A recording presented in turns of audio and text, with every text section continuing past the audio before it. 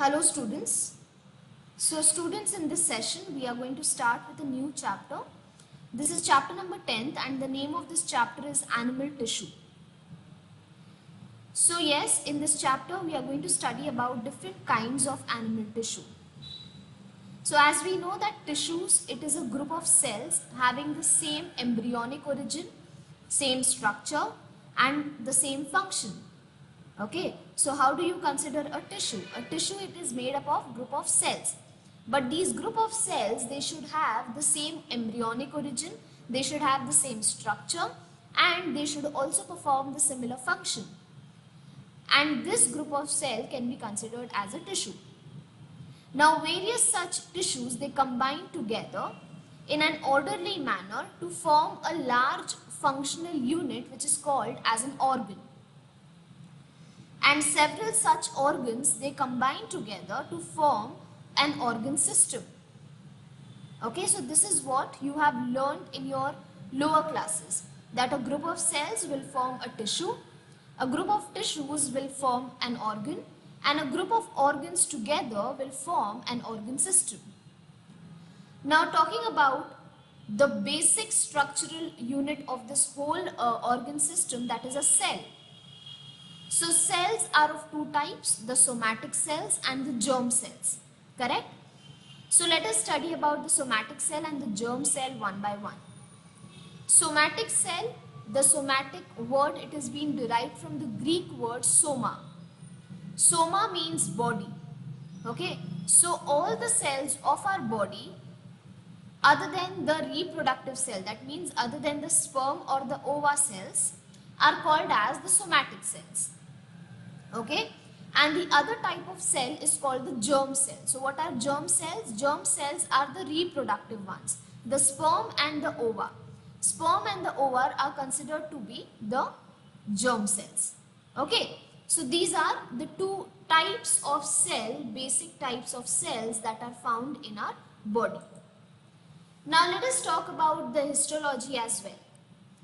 Now what is histology? Histology, it is the study of the structure and the arrangement of tissues. So in a way that a tissue is being arranged and in the way the tissue has its structure is considered to be, and if you are studying about these structures and the arrangements, it is called as the histological studies. So there are four different types of tissues, and the four different types of tissues are the epithelial tissue, connective tissue, muscular and the nervous tissues. Okay, now as we said previously that cells, they are the basic units and a group of cell will form a tissue, correct? Now these cells, or you can say the group of cells, they are arranged in a compact manner. That means there is a very little intercellular space, or you can say very little intercellular matrix in between these cells. Okay, and these cells, they rest on a non-cellular basement membrane. Now talking about cells, they are of different types, or you can say they are of different shapes. There is polygonal shape, there is cuboidal shape, and then there is columnar shape. So these are the three basic shapes of cell. Okay, so in our complete body, at different tissues or for different tissues, these different types or different shapes of cells are found. Okay, then there is also a single nucleus that is present either at the center or it will be present at a periphery. Okay, and the major function of it is to protect, and it also helps in absorption, in transportation of certain material in our body, in filtration and secretion of certain material. Okay, now let us start studying about different types of tissues now. The first and the basic type of tissue found in animal body is the epithelial tissue. And this epithelial tissue, they are classified into two types, the simple epithelium and the compound epithelium. Okay, simple epithelium, they are made up of single layers of cells. Compound epithelium, they are made up of two or more layers of cells. But in both the cases, the lowermost layer, it lies up on the basement membrane. Okay, so below all the layer of cells, there will be a basement membrane on which these cells will be attached, or you can say the cells will lie on this basement membrane. Okay, so let us study about the simple epithelium.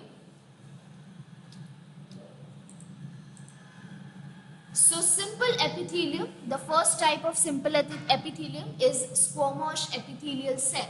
So if you can see this picture, this is simple squamous cell, or you can say simple squamous epithelial tissue. So the cells of this tissue, they are flat, they are very thin, as you can see, the width is very thin, and they are polygonal in shape. Okay, so as you can see, they are polygonal in shape. And all these cells, they lie, or you can say they rest onto this basement membrane.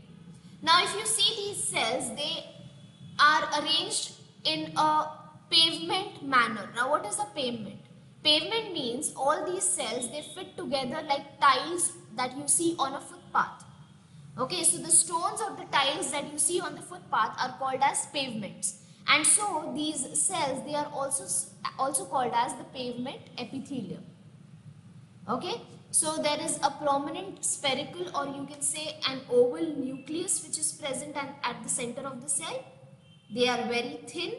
They are a single layer of cells which are arranged on the basement membrane. Now talking about the function of the squamous epithelial tissue, or the squamous epithelium, the main function is protection, absorption, transportation of material, filtration and secretion. And where will you find the squamous epithelial tissue? You will find it in the blood vessels, in the alveoli of the lungs, and in the coelom. The next one is cuboidal epithelium. So the next picture that you can see is cuboidal epithelium. So as you can see in this tissue, the cells are cube shaped. Okay, so they are cuboidal in shape, and there is also a spherical nucleus that is present here at the center. Okay, talking about the function of cuboidal epithelium tissue, it is mainly for absorption and secretion. And where will you find these cells? You will find these cells when we say it is absorption and it is secretion. So you will find it in the pancreatic ducts. Okay, so that is how they help in secretion. In the salivary duct, again for secretion. On the proximal and the distal convoluted tubules of the nephron. That means in the kidney. So that is how they do the function of absorption as well as secretion. The next one is columnar epithelium tissue. So if you can see, the cells over here are tall, they are pillar-like in shape.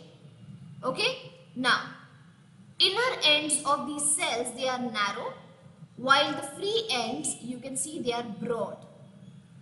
Okay, and the free surface, they will show a large number of microvilli. Now when we say that the free surface will show a large number of microvilli, again the function of these cells becomes secretion and absorption, because these microvilli, they help in both these functions, that is secreting something or absorbing something. Also there is a nucleus that is present, an oval nucleus which is present, and it is present in the lower half of the cell, as you can see. Okay, now where do we find these cells? Where will you find the columnar epithelium? As I said, it has microvilli. Okay, so it is found in the inner lining of the intestine. You will find it in the gallbladder, in the gastric glands, and in the intestinal glands. The next one is ciliated epithelium tissue, and ciliated epithelium tissue, they are somewhat cuboidal to columnar in shape. The free ends are broad, while narrow ends rest on the basement membrane. So this is the basement membrane. The narrow ends will rest on this particular basement membrane. Also, there is one very important thing. The free end, they will show these cilias, and that is how the name is ciliated epithelium. Again, the nucleus is oval in shape. Okay, and it is placed at the basal end of the cell. Now, the function of the ciliated epithelium tissue is to create a movement. So when we say there is a cilia present, it is a ciliated epithelium tissue. So of course, the function will be to create movement of material in contact in a specific direction, okay, and thus able to prevent entry of foreign particles into trachea, push the ovum through the oviduct. It is found in the inner lining of the buccal cavity of frogs. Then it is also found in the nasal cavity of trachea and the oviducts of vertebrate. Okay, so this is the function of ciliated epithelium cells. Next is glandular epithelium tissue. So here also the cells may be columnar, they may be cuboidal, or they may be pyramidal in shape. The nucleus is very large, as you can see. Okay, so the nucleus are large, which are present, or they are situated mainly at the basement. The glands, they may be either unicellular or they may be multicellular. So depends. So if there is unicellular, you can take the example of goblet cells in the intestine, and if you want to take example of multicellular glands, the salivary glands are considered to be the multicellular glands. Okay. Now depending upon the mode of secretion, multicellular glands can be classified into two types, the exocrine gland and the endocrine gland. Exocrine glands are the glands which have duct. What are ducts? Ducts are passage for any secretion, to get secreted, any material to get secreted or transported. So the duct bearing glands are called the exocrine gland. And then there will be some ductless gland. That means these glands will not have any ducts for the movement of the secretion, and they are called as the endocrine glands. Okay. Next is the sensory epithelial tissue, and they are composed of modified forms of columnar cells and elongated neurosensory cells. So if you can see these are the neurosensory cells. Okay, so the sensory hairs are present on the free ends of the cell. These are the hair-like projections that you can see. Now, when we say they are sensory epithelial tissues, what will be the function? The function will be to perceive external as well as internal stimuli in the body. So, of course, they will be present on the sensory organs, that is the nose, ear, eyes. So, for olfactory, auditory and photoreceptors. These are the three functions of sensory epithelium tissue. And the last one is germinal epithelium tissue. So the cells of these tissues, they divide meiotically to produce haploid gametes. Now the examples of this is very simple: the lining of the seminiferous tubules of the testis and the lining of the ovary. So the name itself says the germinal epithelium tissue. That means the tissues which are made up of germ cells, the reproductive cells. Okay. So students, these are the types of simple epithelium tissues: squamous epithelial tissue, cuboidal epithelium tissue, columnar epithelium tissue, ciliated epithelium tissue, glandular, sensory and germinal epithelium tissue. Now after this, let us also study about the compound epithelium. Now compound epithelium, they are of two types: stratified epithelium and transitional epithelium. Now stratified epithelium, you can say they are divided into two parts. The lowermost part you will see will have nucleus, okay, whereas the upper surface, they become flat and they lack nucleus. So the upper surface which lacks nucleus is called the stratum corneum, and the lower one is called stratum germinativum. What is the function of stratified epithelium? It is for protection. Now when we say protection, it is present on the epidermis of the skin. It is present in the esophagus, the lining of the esophagus, cornea, vagina and the rectum. The next compound epithelium is the transitional epithelium. Now the structure of this transitional epithelium tissue, it is somewhat very similar to the stratified epithelium tissue, as you can see. Correct? The cells, now why are they called as transitional epithelium? They are called as transitional epithelium because these cells, they undergo change in their shape and their structure. Okay, and this depends on the degree of stretch. So wherever there is a stretch required in the organs or in the tissues, there these transitional epithelium cells or transitional epithelium tissues are present. So the function will be distension of organs. What do you mean by distension of organs? So if you take an example of urinary bladder, okay, distension means swelling up due to some internal pressure.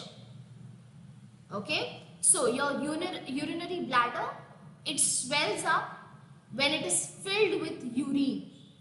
So there is this internal pressure. That pressure makes the urinary bladder to swell up. So this is the example and the function of transitional epithelium tissue. Now after this, let us also study about the cell junctions. Okay, what do you mean by cell junctions? So these epithelial cells, they are connected to each other laterally and as well as they are connected to the basement membrane. Okay, and they are connected by the junctional complexes, and these junctional complexes, they are called as the cell junctions. So there are about 5 types of cell junctions. Let us see one by one. Tight junction. Tight junction, they maintain cell polarity and they maintain any lateral diffusion of proteins or any other ions. Okay, so they are impermeable junctions. As you can see here in this picture, there is this interlocking that takes place. Okay, and there is a very little intercellular spaces. So they are impermeable junctions that prevent the molecule from passing through these intercellular spaces. Okay, the next one is hemidesmosins. Hemidesmosins, they allow the cells to strongly adhere to the underlying basement. So if you can see this, hemidesmosins. This is the basement membrane, the purple color one. Okay, and these are the group of cells, or you can say this is the tissue. And in between the tissue and the basement membrane, you will see such connectives. Okay, so these connectives are hemidesmosins, that is the hemidesmosin junction. Then there is desmosins. What is desmosins? They provide mechanical strength to the epithelial tissue, the cardiac muscle and the meninx. So this is desmosins. So they are considered to be the anchoring junctions that bind adjacent cells together like a molecule. Okay. Next is adherent junction. Adherent junctions, it is involved in various signaling pathways and transcriptional regulations. Okay. And then there is gap junction. Gap junction, this intercellular connective allows passage of ions. So here, this is the gap junction. This will allow the passage of ions or any other small molecules between the cells as well as exchange of chemical messages between the cells. So students, these are the 5 types of cell junction. And with this, we are ending today's session. In the next session, we'll take this chapter forward and we'll be studying about some more types of animal tissue.